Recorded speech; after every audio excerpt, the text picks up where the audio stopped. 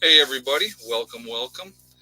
Uh, rainy day here in the Northeast today. Rained absolutely all day long, which I will take over snow every day of the week. But I'm welcome everybody. I'm glad to see everybody here.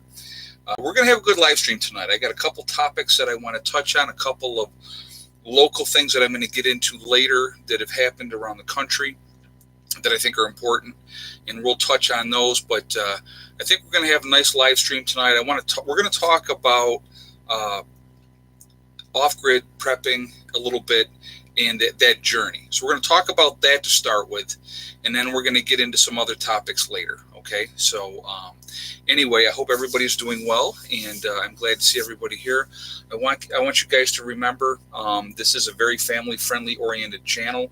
So please, no nastiness in the chat. And if you do, I have these awesome moderators that are lit up in blue, and they will boot you. So I got somebody scratching at the door already. So hold on one second, guys. Hold on.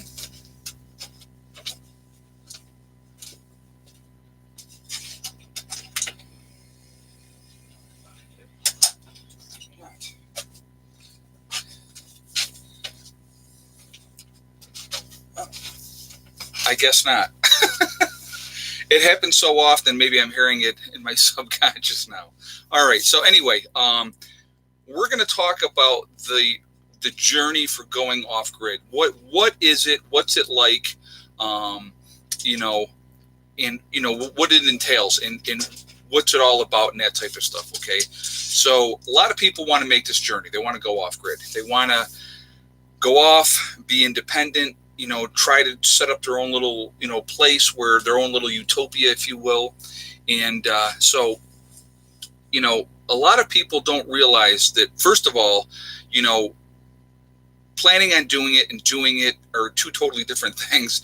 And then once you're there, then the reality sets in. And you've got to realize when you make that jump, when you sell what you have and get rid of what you have, and then you go and you buy a property, and even if you start out in a camper or whatever, once you make that jump, it is very, very scary. I'm going to tell you what, it's a huge adjustment.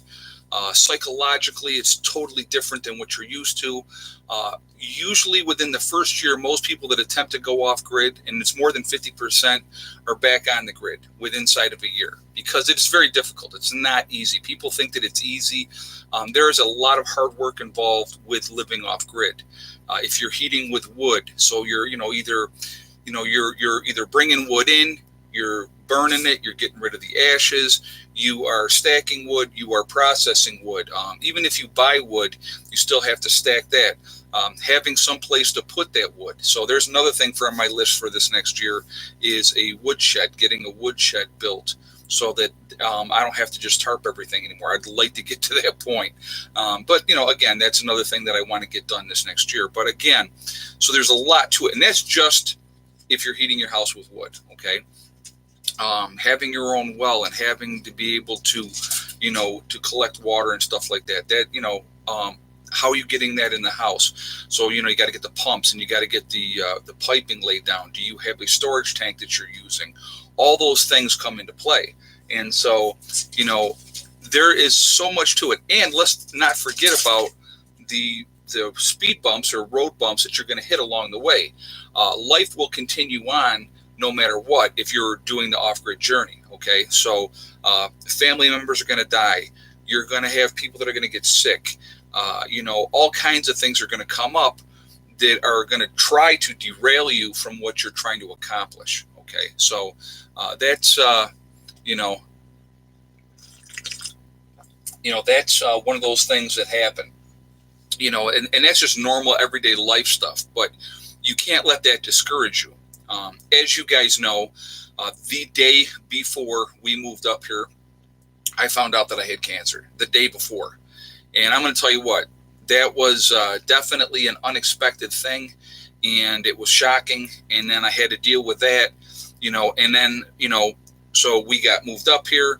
And then the next month I had to have a second surgery. And so, it was insane. And then trying to get everything in place, because I knew that once I had the surgery that I was going to be down and out for a while.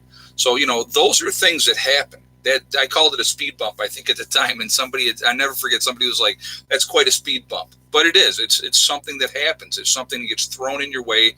That monkey wrench that gets thrown in your plans. But now another thing. Okay, so I wanted to address this part too, like your solar system. You want to have a solar system. You want to go off grid. You want to do solar. I would encourage anybody that is going to go that route, go with quality equipment from the very, very beginning. Because what will happen is if you buy junk stuff, you're going to end up replacing it with quality stuff down the road because you realize that that's not working for you the way that you hoped that it would. Okay. Now, guys, I haven't even been looking at the comments here, and I wanted to address that really quickly too. A lot of times you guys are making comments and I don't see them unless I'm really focused in and trying to watch the comments. So please, I don't ignore. It's not I'm trying to ignore people. I know, like my one buddy was telling me that somebody had asked the same comment like 10 times. I never saw it. If I see something and it stands out to me, I try to answer your guys' comments. So, when you have the chat is going so fast, and people are asking different things, I don't want you guys to think that I'm not paying attention, because a lot of times I'm trying to make a point or I'm talking and I'm not always watching that chat. So, and my moderators are really good, especially JJ. I'm going to give him a little bit of props here. He'll say to me sometimes, and because the blue stands out to me, and he'll say, so-and-so asked this question. And so, especially if they've asked it several times. So I appreciate that. Thank you. My moderators are great. They're right on top of stuff, and I appreciate that as well. So, that you guys do that, it's awesome. But anyway, but with your solar systems, guys, go with a quality charge controller. Go with a quality inverter. And okay, so here you have an example of something. Okay, you have a choice. You can get this 300-watt solar panel. It's going to be a little bit more money, but it's a good quality solar panel. Or you can go to Harbor Freight and you can get 3 100-watt cheapy solar panels, and it's going to be a lot less money. Always, always, always go with the quality solar panels over cheapies like Harbor Freight. Okay, that is just, it makes more sense. You want to go with the monocrystalline solar panels. They're a better solar panel. They're designed for what we're trying to do. People that are trying to go off grid and live off grid, that's what they're designed to do. If you guys have watched my channel for any length of time, we have been here. June started our 5th year here at the homestead. So, I'm 4.5 years into living off grid full time. And with that, I have worked on my solar system as we have gone along, and anybody that's followed the progress knows that. But it's just it's a work in progress. It's always going to be a work in progress. You're trying to make your system better. You're trying to make it more efficient. You're trying to get the batteries that are going to work for your system. You may start out like I started out with marine deep cycle batteries. Okay, that's what I started out with, and I realized pretty quickly that was not going to be the good thing for me to have. So I went to the batteries that I have right now, which are the Trojan L16E batteries. Okay, so I'm actually upgrading again because I knew batteries were the next thing, and I've talked about batteries probably for 6 months, saying that I needed to upgrade batteries. What would you do if you got destroyed at the start of SHTF? Well, you know what? That's why you network with people, and that's why you have other options, so you don't put all of your eggs in one basket. And that's what I have done. I plan on being here. As anybody knows that I've talked about, I plan on being here. I have a group of people that plan on being with me. Okay. We have other options should it be necessary, other places that we can go in an SHTF situation if we got overrun. So those are things, and that's what I talk about, guys, with networking as well. Networking is very, very important with other preppers, with other off-gridders. Always give yourself options, okay? Don't think that, you're sticking here and you're digging yourself in the sand and that's it. That may not be an option, okay? Now, again, you're picking your area strategically for a reason, and you do what you do. Now, again, so another thing that gets brought up a lot, because I put myself out here on YouTube, I make myself a target, which is correct, okay? And I've said that's true, okay? But again, I don't show you guys everything. I do not show you everything. I don't show you all my security measures. You've never seen a weapon on my channel. You never will. Okay. Because why would I give that information out for free? I've talked about many times, not just me being a prepper. Hey, Mountain Girl, how you doing tonight? Ready to network with others. I am one woman army now. No, I know you are. Just so you guys know too, some people had asked, and I just kind of want to address this really quickly. Mountain Girl's husband passed away a few days before Christmas. He had battled cancer for 2.5 years, and he finally passed just before Christmas. And so, that's, people had asked, where's Mountain Girl? Why hasn't Mountain Girl been in the chat? Well, because she was dealing with that situation. So, but I'm glad you're here. Glad you're joining us, and thank you for that donation too. And I hope you don't mind me saying that, to everybody. But it's been a very long journey for her, and it's not been easy. And as a nurse, and I've done, dealt with hospice and everything like that, I know, and I can actually say I know what she's going through. I've dealt with that with my own family members. Now, I don't know what it's like to deal with that from a spouse standpoint.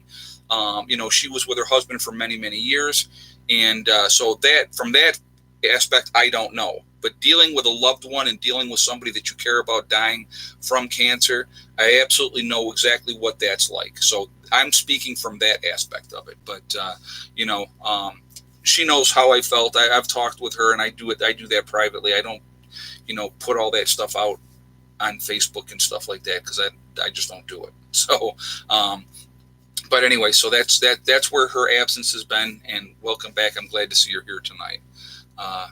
But anyway, so let's get back into what I was talking about.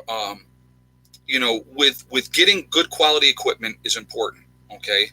And here's the other thing I want you guys to remember. Anything worthwhile, anything, I don't care what it is, it doesn't necessarily have to be with prepping.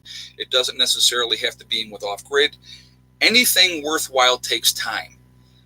Unless you are sitting on $1 million and you just won the lottery and you can do it all at once, that's great. I'm happy. If you can do that, that's awesome. The rest of us have to do it a little bit at a time. And so when you do that a little bit at a time and you make those victories as you go on, okay, it is very rewarding for yourself, for your family members. And I've talked about this. We didn't have running water for the first 1.5 years we were up here. And so the day that we had running water and we were able to actually take a shower here at the homestead, a regular shower, not heating water up and putting it in a bottle and taking it in the shower and doing it that way, taking a real shower, that was unbelievable. That was such a happy day, okay? But those are things, if you are willing to work at things will come together. It takes time. Nothing happens overnight. So that's one of the things I think a lot of people don't realize when they make that jump to living off grid, that things aren't going to happen automatically. You need to look at your list, make a prioritizing. What is the most important thing for you and your family right now? And I've talked about this before. After our first winter up here, the spring came, and I said to my children at that point, I said, if I work on one thing this year, what do you want me to work on to make our lives better up here? And it was a unanimous more power, of course, because they were teenagers and they wanted more power. So that's what we did. That's what we worked on. And, again, every year I have continued to work on my solar. It's not cheap, but the feeling every month when I don't get the gas and electric bill from the power company is an awesome feeling. It's a great feeling because, I have invested my money into the solar and doing all that. And it's an investment like anything else. Do I expect to be paid off on that right away? No, of course not. But over time, as time goes on, it absolutely pays for itself because your gas and electric bill every year is never going to go down. It's only going to go higher. And then here's the other beauty of that. You look at what happened this year out in California with PG&E with the blackouts because of, they were saying the fires and stuff like that. So they were blacking people out, on purpose for up to 7 and 10 days sometimes. So, with your own system that you have, you don't have to worry about that. When everybody else is out of power, you still have power. So that's what I love about it. I absolutely love about it. And here, Mountain Girl just said, off-grid equals peace of mind, and it absolutely is. Changing your lifestyle from one of chaos and craziness and being on that hamster wheel. I always call it the hamster wheel. Well, when I decided to get off that hamster wheel and make this change, my stress level went from like here down to here. Now, you do have different stressors, of course, but as you take care of things and you get them out of the way, that stressor's gone. Okay. A good example, this year I wanted to get the solar rack up. It was a really big project that I wanted to get done. I knew it was not going to be cheap to do that. I had some fantastic people help me put that, in place and get that done. One of my guys in my group, Brian, and his dad came up and, we got that project done. But again, it was a huge thing and it was a huge accomplishment. And as soon as that was done, I don't have to worry about that again, because that's finished. That project is finished. So that stress of that, and it wasn't really heavy stress. It was just like that was just something that had been on my mind that I wanted to get done. Once that was done, that's gone. Getting the chicken coop finished this year, getting that part done, and then getting chickens. And, that was awesome too. And it all worked out. It all came together, and, we got a lot of stuff done this year. This year has been a tremendously awesome year for us here at the homestead. I can't wait for next year. I think next year is going to be just as good, if not better. I have several projects that I want to do, and off-grid teaches you management real fast. Oh, of course, absolutely it does, JJ. First of all, you learn to prioritize. That's number one. Priorities. If it's just you, and you only have to worry about you, then it's just your own priorities. But when you have children or you have your spouse with you, it's not just about you, it's about them. And they need to come first in your thought process of what you're doing. And again, that going back to the kids said they wanted more power, we made that happen. We increased our solar array. We got better batteries. I got a better charge controller. I got better inverter, and then since then, we've just continued to add on. And like I said, this year, putting in the solar rack and getting that up and adding more panels on there then as well, because I had 3 panels sitting for over a year that I didn't even put up because I knew we were going to put up the solar rack. So again, those things all go into play. And it's worked out. I've had to use the generator a lot less this winter than I would have in the past years. And that's what it's about. It's figuring out what works, making it happen, and then going from there. And that's the important thing. And like I said, my next thing obviously is going to be batteries. That's going to happen next month here. Okay.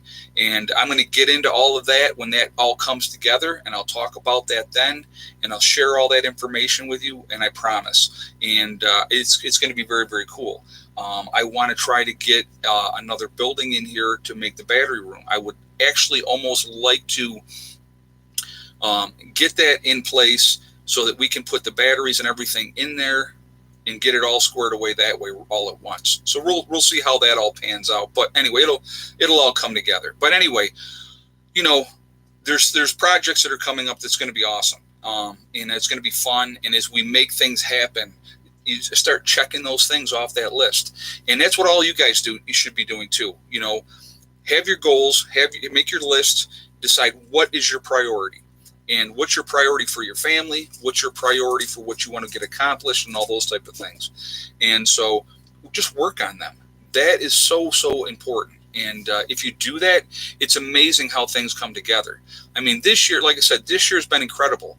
And it wasn't, I'm going to be honest with you, if I put in as much effort as I could have this year, probably not, to be honest with you. But the different goals that I wanted to reach, I did reach, and I was happy about that.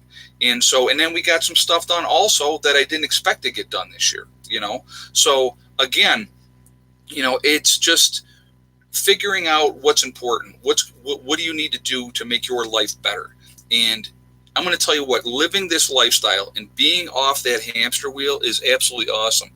Hey, Jerry, SHTF in Virginia, January 2020, coming more states soon. I'm going to tell you what, thank you for that donation, first of all, and we can address that a little bit. I honestly, they're not coming to take the guns in Virginia.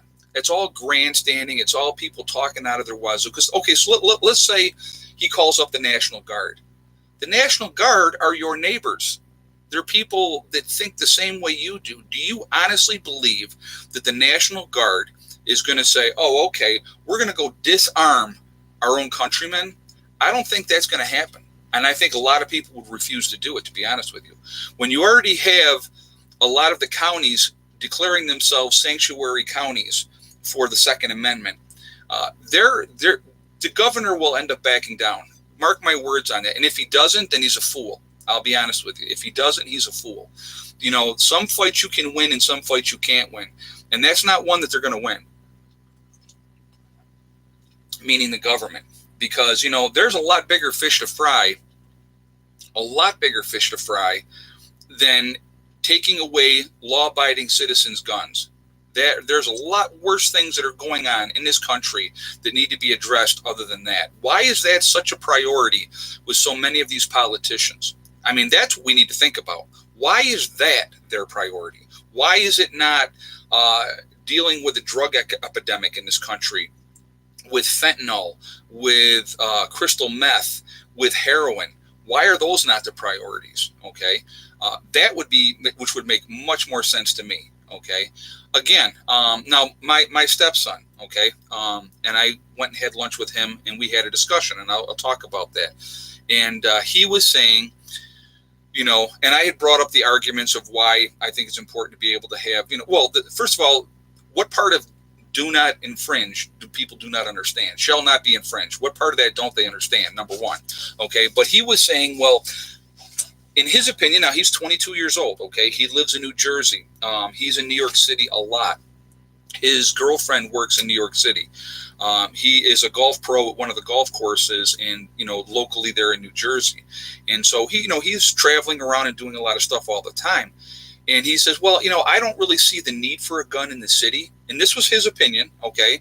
He said, because there's cops everywhere. And I'm like, well, yeah, but when that moment happens and that mugger comes out with a knife or whatever, you should be able to have that right to defend yourself. I'm sorry. That's the way I feel.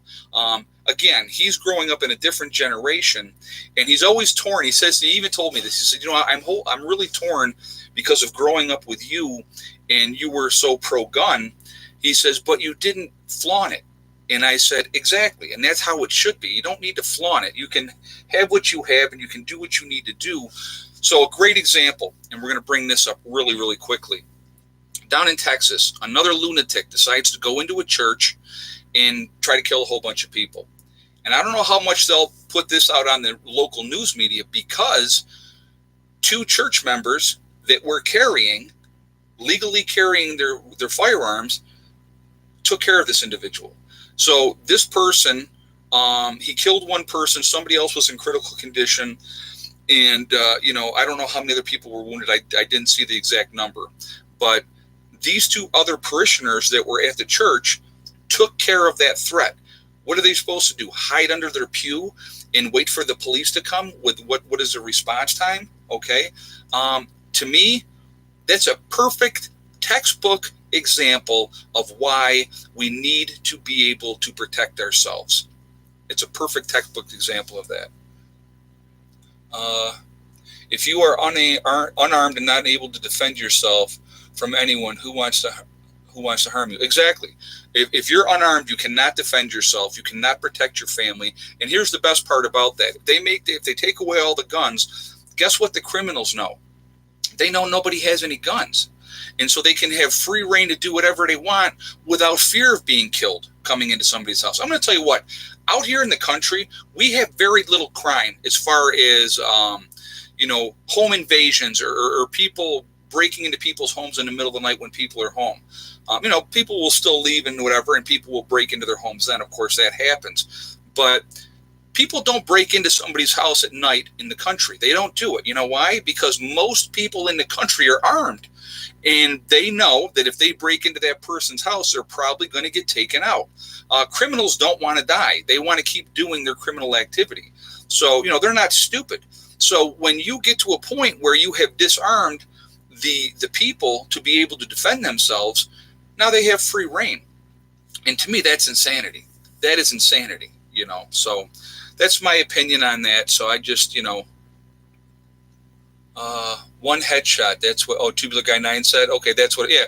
And that's it. If you have people that know what they're doing and know how to handle, and I'm going to tell you what, and I'm a big believer in, if you plan on having firearms, you should absolutely know how to handle guns properly, have proper firearm training. Now, you don't have to go and get a certificate. That's not what I'm saying, to be able to have a gun.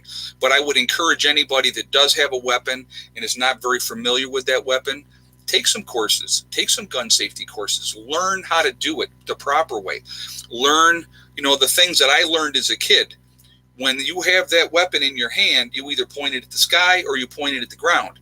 You don't go turning it this way in front of people, okay? Always act as if that weapon is loaded, even when you know it's not. And I've told a story about that as well, okay? But that's really, really important. And that was ingrained in me as a child. Gun safety, gun safety, gun safety, okay? And because of that, it is, and practice, practice, practice. Yep. Evelyn Vincent just said, and that's it too. Putting rounds down range.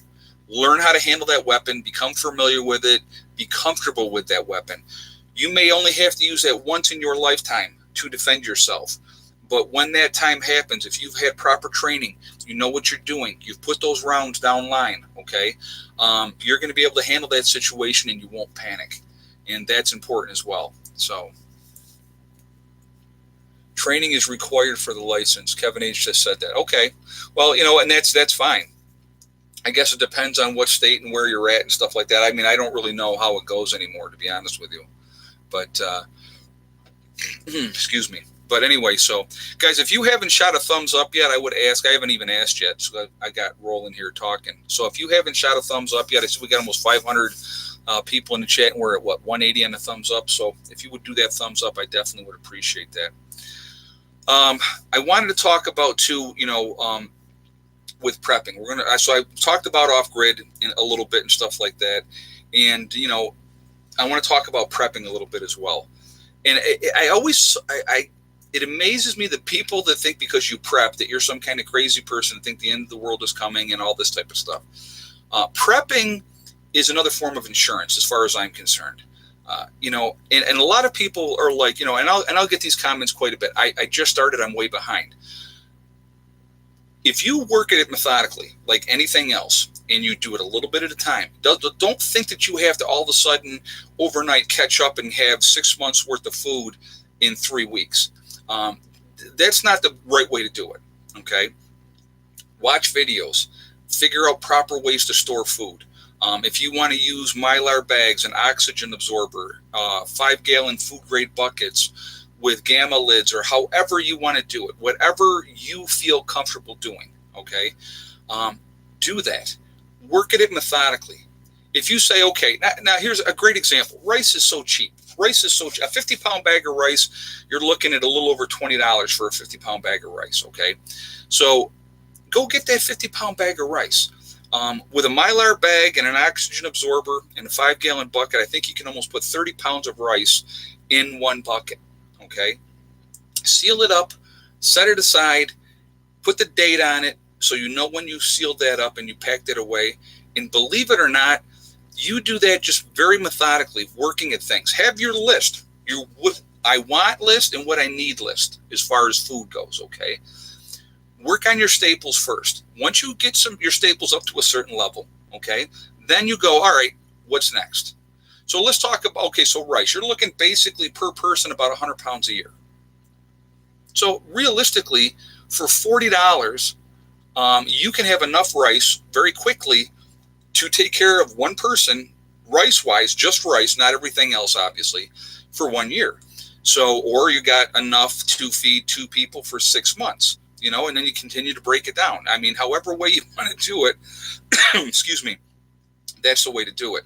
But again, don't get discouraged. That's the biggest thing. I would definitely tell people, don't get discouraged. Don't become despondent.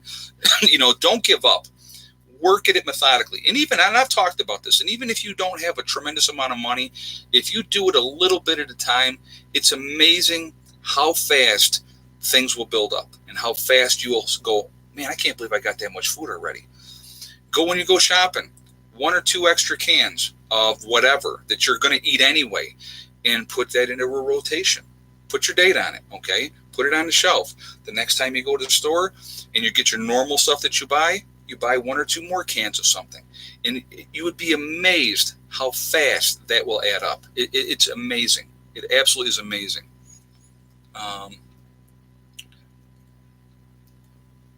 let's see.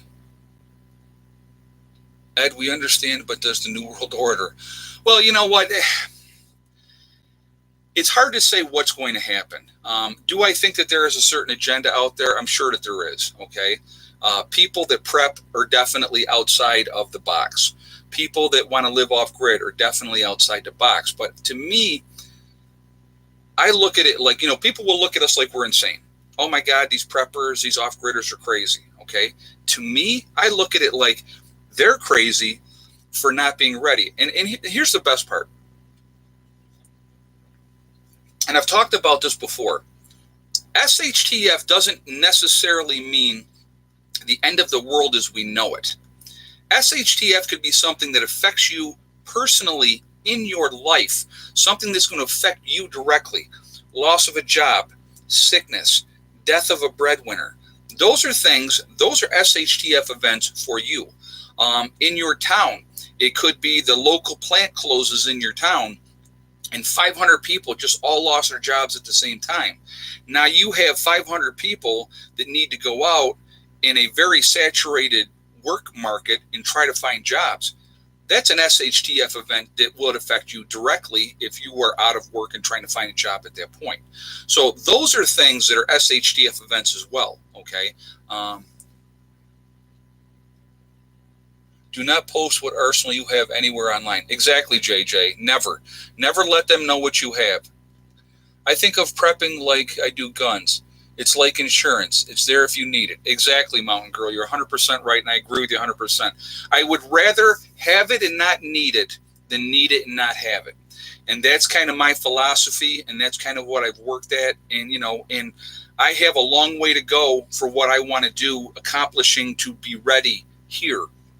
To me, that's important. I want to be ready for whatever, and that's exactly what I'm getting ready for. I'm getting ready for whatever. When that time comes, we deal with the situation as it comes. But the biggest part is with prepping, to me, is peace of mind. I can go to sleep at night knowing that food is not an issue. Something happens, my family and my group, we're going to be able to eat. And that's important. It's important to me. Hopefully it's important to them too. But again, being prepared and being, and getting into prepping and stuff like that, there's nothing crazy about it at all. It's actually, if you don't do it, I think you're crazy, to be honest with you. To sit around and wait for the government to take care of you, or sit around and wait for them to put the power back on, that's crazy. We lost water for 4 days in our town, so we dug a shallow well in the basement with a hand pump. There's nothing wrong with that. Adirondack Camping Adventures just said that. And you know what? That's taking the initiative too, and that's smart. You didn't know how long you were going to be without water. So doing something like that, that's a smart thing, very smart thing. Again, here where I'm at, guys, I have a very, very shallow water table.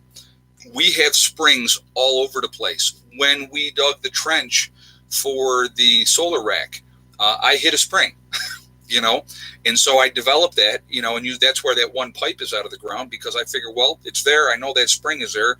I might as well utilize that as best that I possibly can. So when the time comes, there's another water source for us that's right there. And it'd be written, and that one, realistically, that water source, that is a matter. I have some kind, not like the pitcher pump things, but I mean, you could basically take a hose, put that down there and siphon that water out, and that water will come out. So, I mean, there's always ways to be able to get the stuff if you need to. So, again, it's just, now, do I want a pitcher pump on there? I sure do. So I do want, that's another thing, like I said, if you saw my list of things of wants and needs, you'd be like, oh my God, this guy's absolutely out of his mind. But there's a lot of things that I want to get done, and it doesn't happen overnight. And that's the way you have to look at things. Things will come together. Okay. Another thing I wanted to mention, we just did 3 airstrikes in Iraq and 2 in Syria. against targets which our government was saying was responsible for the rocket attack that ended up killing a U.S. contractor in Iraq. So that just happened as well. And so I'm not sure if everybody knew that or not, but that's something that just happened as well. Now, could that accelerate some more stuff over there in the Middle East? It could. There's a lot of other things that could accelerate stuff in the Middle East, as well. But I had the water from my spring tested. It's safer than the town water that's 30 minutes away. Yeah, and you know what? A lot of times you're going to find that's going to be the case. Natural springs and having access to water. Water is so important, and a lot of people don't realize how truly important water is. But without water, you're going to be in big, big trouble in a hurry. So, what was I going to? 12 gauge smoothbore is the most important first gun you can own. Actually, I would say a 22 would be the first thing you should own, especially if you have no skill with that gun. Having a 22 and being comfortable with the 22, and then work your way up to probably the two most important ones you're going to want to have, and not for fighting, okay, but for home defense, for killing game and those type of things would be your 22 and then a 12 gauge. Those would probably be the first two that I would, and even a pellet gun, guys. A pellet gun will get the job done.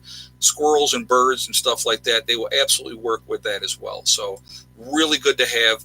But if I had to recommend to anybody what should they get first, I would definitely say a 22.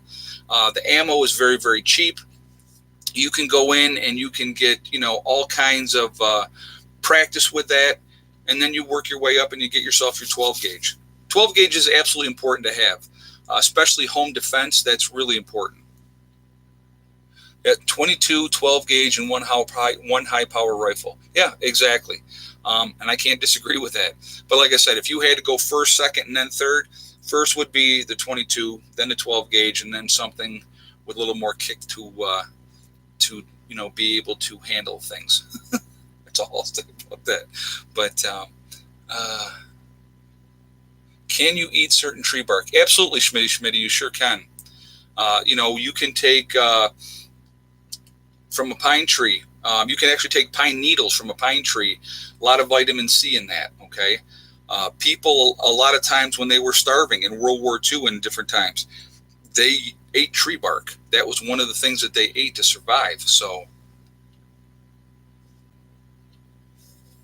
yes, Kevin H. Yeah, I agree with you. Yep. Yeah, something like, yeah, absolutely. He says having some pocket action would be good as well. Yeah, having some kind of a pistol is not a bad thing to have either. But, it's like I said, that's all to an individual taste, what you want, what you need. Realistically, you're going to be able to fire one weapon at a time. So unless you have a lot of people coming that have I think that they said the average person, the average gun owner owns 8 guns, is what they said. And I believe that. That makes a lot of sense. It used to be 4, and now it's 8. But I absolutely believe that because, a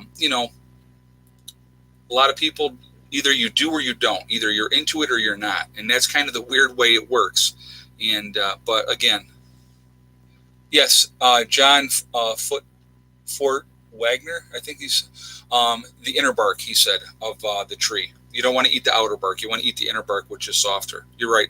Thank you for pointing that out. I appreciate that.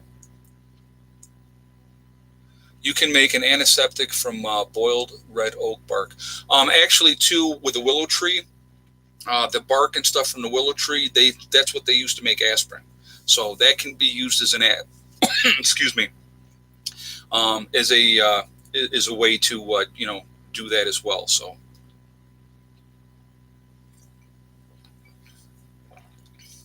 I may be off on my gun count. Homestead Prep said that's funny. That's all right. If you got more or less, if you don't have enough, make sure you get some more, What do you think about solar farms? Reliable? I like solar farms, to be honest with you. It's a great alternative than fossil fuels.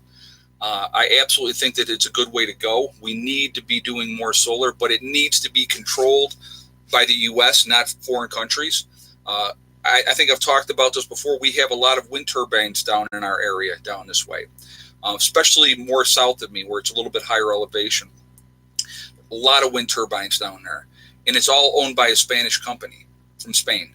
So, but again, there is going to be a huge solar farm getting ready to go in to a town called Caledonia. Actually, it's where I graduated from high school, and many, many years ago.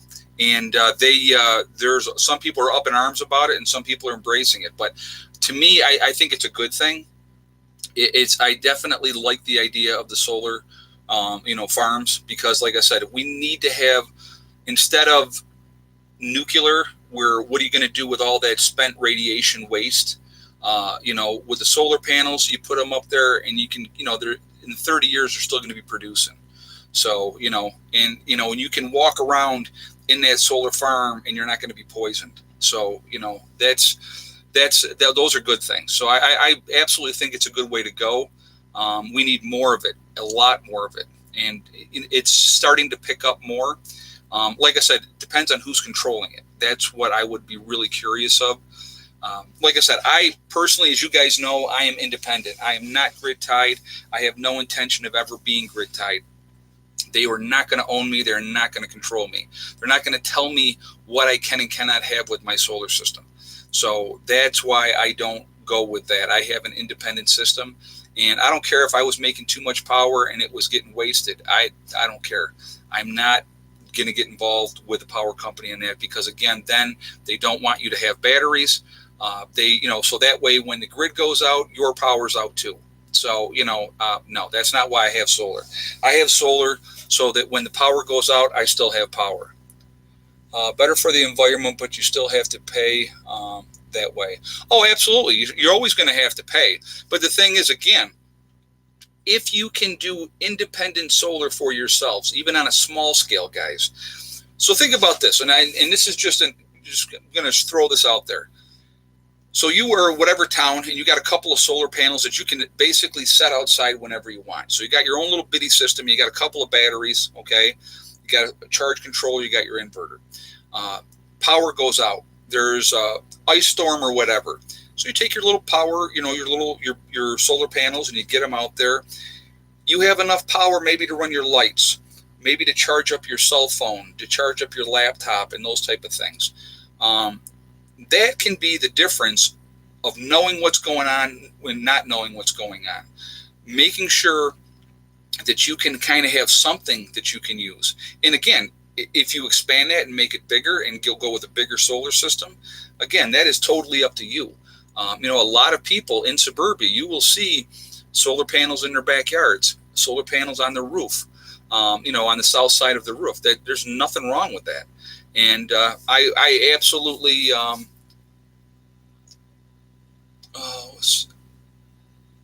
I have the setup for when the Jenny runs out. But that's good, Kevin. That's a good way to do it. How do solar panels hold up to large hail?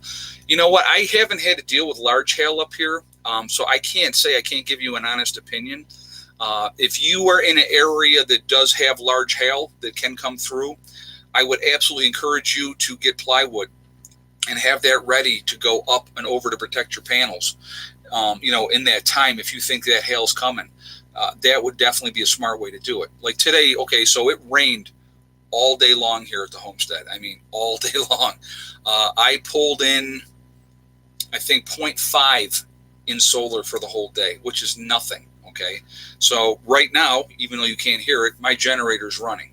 But my generator's running, it's also charging the batteries. So like when I'm done with the live stream, I can go out, I'll turn off the generator, and then I'll go off the batteries for a while because now they've been charged back up.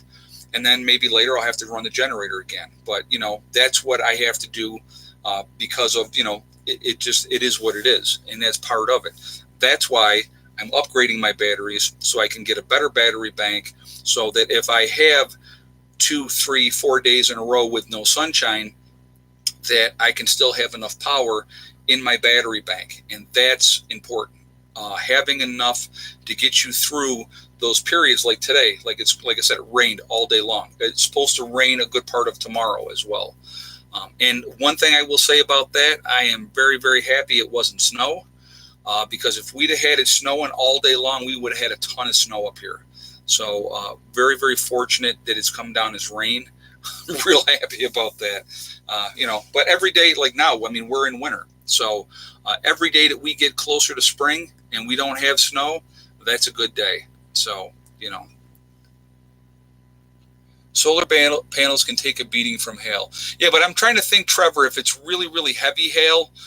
You've seen it where it smashed windshields and stuff like that. I mean, you're talking, well, that's like golf ball size and baseball size hail, but that's the exception rather than the rule.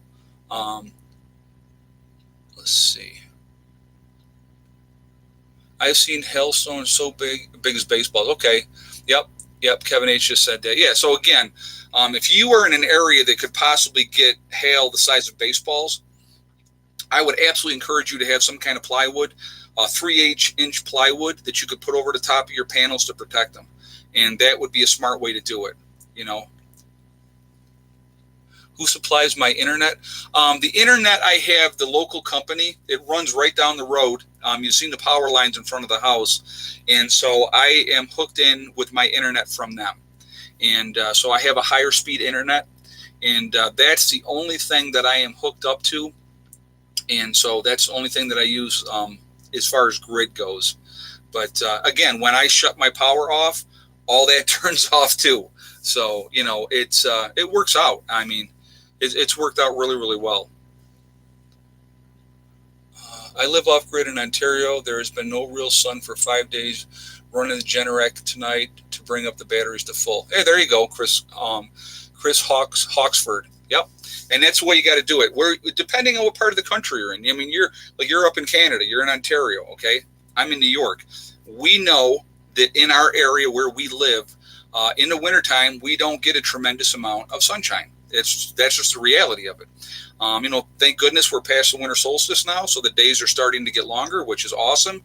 And we'll start getting more and more sun as the year goes on. And then obviously we hit June 21st, and hit the summer solstice.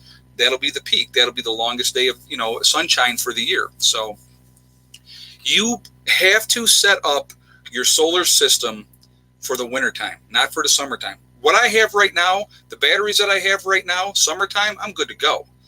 But I need to have things put together for wintertime, not for summertime. So I have enough solar panels. I have 4,020 watts of solar, but that's why I'm switching my batteries again and going with a different battery, because I want to have it set up so that I can run days without worrying about power. And then when the sun does come, the lithium ion batteries, they charge up faster, so that's, and like I said, we're going to get into all that, and it's going to be really, really cool when I do that. That'll be the first part of this next year, and we're going to go over all those things. So it's going to be very, very cool. I'm really super excited about it. Like I said, there's exciting stuff coming up. So it's going to be really, really neat. Which tree bark tastes the best? That's a good question. I have no idea. I've never eaten tree bark. I've never had to. So, but like I said, I know with pine needles off of pine trees, you can, once you put them in boiling water, that's going to give, the taste is not the best. It's more of a bitter taste, but it's a great source of vitamin C. So I know that for a fact. So, and I've never done that. I don't think I have. I'm trying to remember if I've done that or not. I think I might have. I might have tried it one time. I think it was bitter. So, how many eggs today? Good question. Okay, Smitty, good question. I ended up with 7 eggs today. Real happy about that, especially on a very rainy day. And it was funny, too, because I go out about noon and check about noon. And at noon, I had 5. And I always know I have a couple of girls that like to lay later in the day. So when I go to lock everybody up, and it was probably about 5 o'clock tonight, I went out and checked one more time, and I had 2 more. So I ended up with 7 eggs today. So they're laying. So, good, but it's been milder too. So that definitely makes a difference. When it's really, really cold, that's when they don't lay as much. Spruce is sort of minty. Okay. All right, Scarlet Rose. Yeah, I've never had that. But do a video on how much abuse a solar panel can take. Well, yeah, we could do something like that. But, like I said, it's just I've had hail up here, not heavy hail, and the panels were fine. I had no issues with them whatsoever. So again, it's going to vary. It's absolutely going to vary from time to time. But I'm going to tell you what, I absolutely will encourage all of you. If you don't want to go off grid, that's fine. Definitely get some kind of a backup power system. Definitely have a generator. Generator's important, okay? But also get yourself some panels. I don't care. Go out and get one 300-watt solar panel that either you can leave up all the time or not. Get a couple of batteries, have something that you can at least have lights on if there's a power outage. Because guess what? I guarantee you, and this I can say with a 100% certainty, there will be power outages. There are all the time. All the time around the country, there's power outages all the time. Storm comes through, knocks the power out. All the linemen go in from different parts of the country. They get it back up pretty quickly. If there's we've had ice storms up here in New York. You guys have had ice storms in the South. So, and then you have all the companies will send people to different parts. If there's a hurricane, the guys will go in from all over the country, and they will help out. That's what they do. That's a tough job. That is a very thankless job too, because everybody wants their power back on now. So, but anyway, so that's, I would definitely encourage you to do that. If you can go off grid, guys, I would absolutely encourage it. It is a much, much better way to live your life. It is a lot of work. Yes, it is, but it is well worth it. I have absolutely zero regrets for making this move. I can say I'm at much better peace of mind. And like I said, and I go out at night, guys, and if it's a clear night, I can see not hundreds of stars, I see millions of stars. I mean, the stars are absolutely beautiful. It's one of my most favorite things about where I'm at. There's not all the background light. The neighbors over here, their lights are off, so I can see everything. And it is nothing like that in the world. And like I said, I've talked about it in the summertime. We put a blanket down in the driveway and lay down in the driveway and just look at the stars. And that's cool. That's a lot of fun to do. And so going off grid illegal in some states or counties. It really depends. Right. It depends on what county you're in. It could be a town and they've made laws so that you can't do it. But again, there's no law saying you can't have a backup, something that you could put out there for that emergency situation. Let's say you have an outbuilding shed and you could set that up to be off grid. There's nothing illegal about that. Your house is perfectly fine. You don't have to have, or you can have power in that shed. So if you decide to set it up in that shed, and then when the power goes out, you have a couple of extension cords that you run into the house, and voila, you have power. There's always ways around everything. Always ways around everything. Even these strict towns and how they do stuff and stuff like that. There's always a way around everything.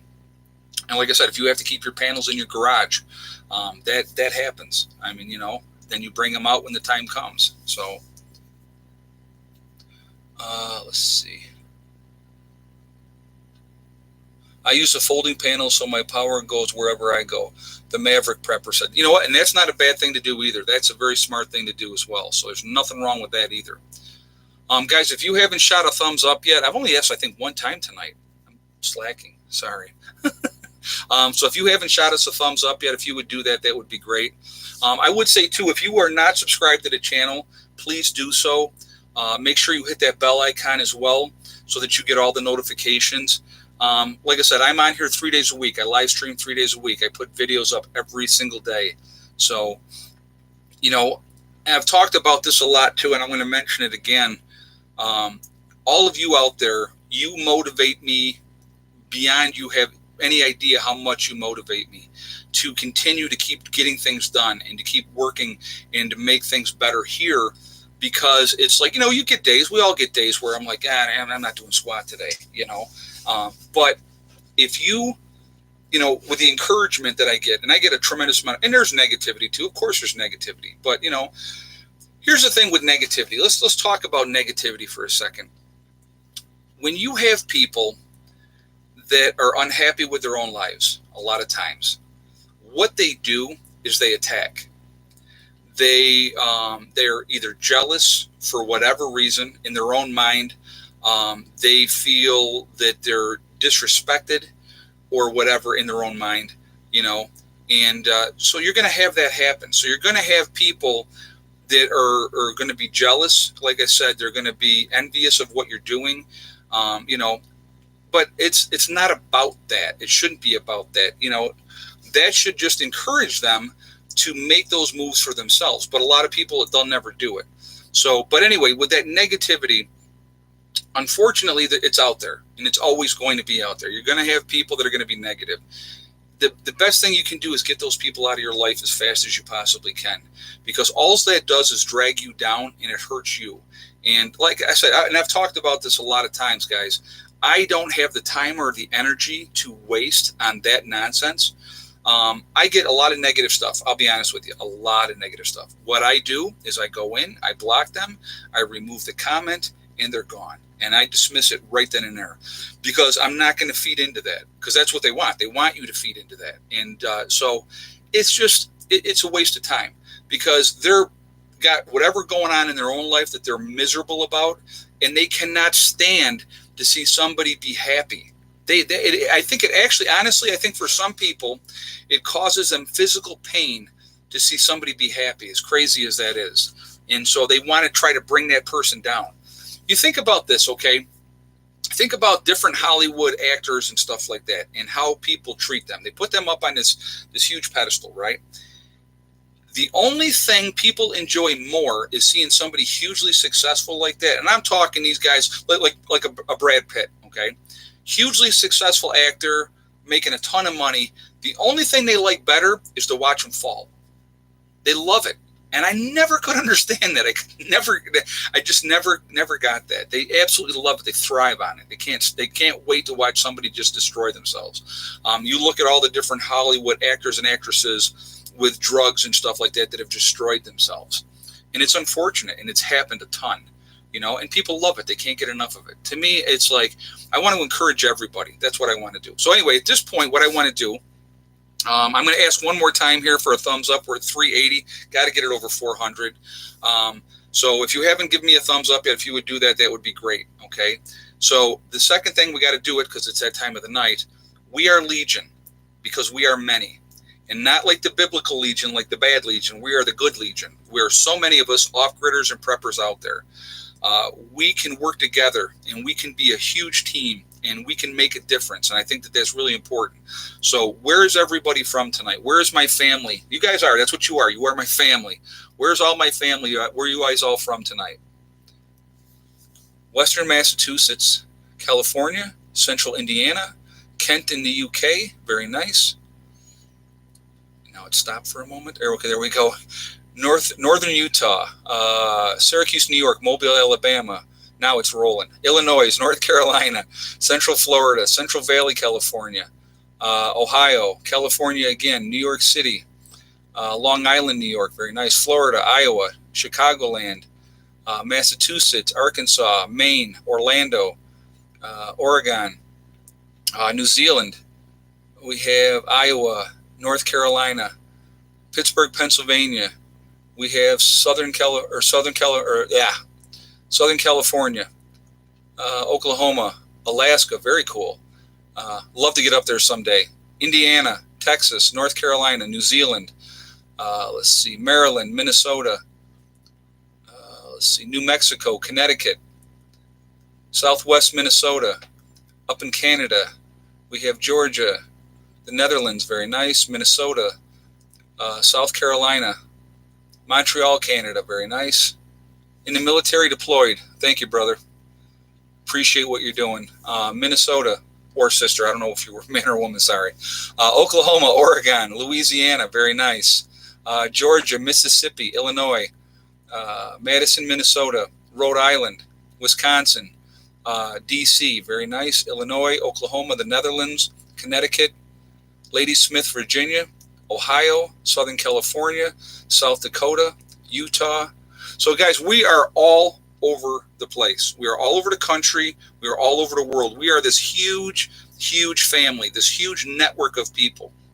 And I've talked about, like when somebody asked me earlier in the video, okay, when somebody asked me, well, what would you do if your property was overrun? I've made contingency plans. I have talked with other preppers. They also know that if they got overrun, that they could come here. See, that's the beauty of that, knowing that you have people within whatever radius of where you are willing to work together. And that's the important part of networking. That's really, really important. And I think that we really need to pay attention to that more. I think it's a smart thing to do. And, you know, a lot of us are very, very quiet. Not everybody's obviously putting themselves out there, but there's a lot more preppers out there than you guys think. There's a lot more of us. And if we network and work together, I think we really, truly could make a huge, huge difference. So, I have a home here in Virginia. Thank you very much, Homestead Preps. I appreciate that. And like I said, you know, people know where I'm at. You know, they know where I'm at. If you come here after an event with not bad intentions, you know, we probably could work together. You come here with bad intentions, it is not going to end well for somebody. So, you know, that's the important thing to remember too. Last place anybody's going to want to attack. The last place right after an SHTF event, especially right in the beginning, is going to be a prepper compound. It's the last place people are going to want to attack. So let's talk about Southern Prepper 1. You guys know who I'm talking about. Ex-military, firefighter, the whole 9 yards. He has a group too. You think people are going to go and attack him? I don't think so. You know, so, you know, never underestimate what people know. Never underestimate people in general. I think that's important to remember too. So anyway, guys, I am going to jump off here from now. This hour goes by so fast. I hope you enjoyed the chat tonight. I enjoyed interacting with you guys. Thank you all for being here. Love the support. We got a great family. We really, truly do. So anyway, remember, guys, we are all in this together. That is important to remember. Also remember to hug and kiss the ones you love. Tell them every single day. Tomorrow is not guaranteed. We never know what's going to happen in life. Also remember STD, guys. It's one step at a time, one thing at a time, and one day at a time. Oh, and obviously, this is my last live stream of the year. So I won't be doing one until next year, which will be January 1st. because that's Wednesday. So anyway, again, thank you guys for the support. I appreciate all of you. You have no idea. Thank you for my awesome moderators that do a great job as usual. I appreciate you guys being here every time to, watch the chat. It means a lot to me. Hope everybody has a great day. Be safe on New Year's, guys. Please don't drink and drive. Stay safe. That's the biggest thing, okay? I will talk to you all later. Have a great day. Prepper Nurse 1 out for now.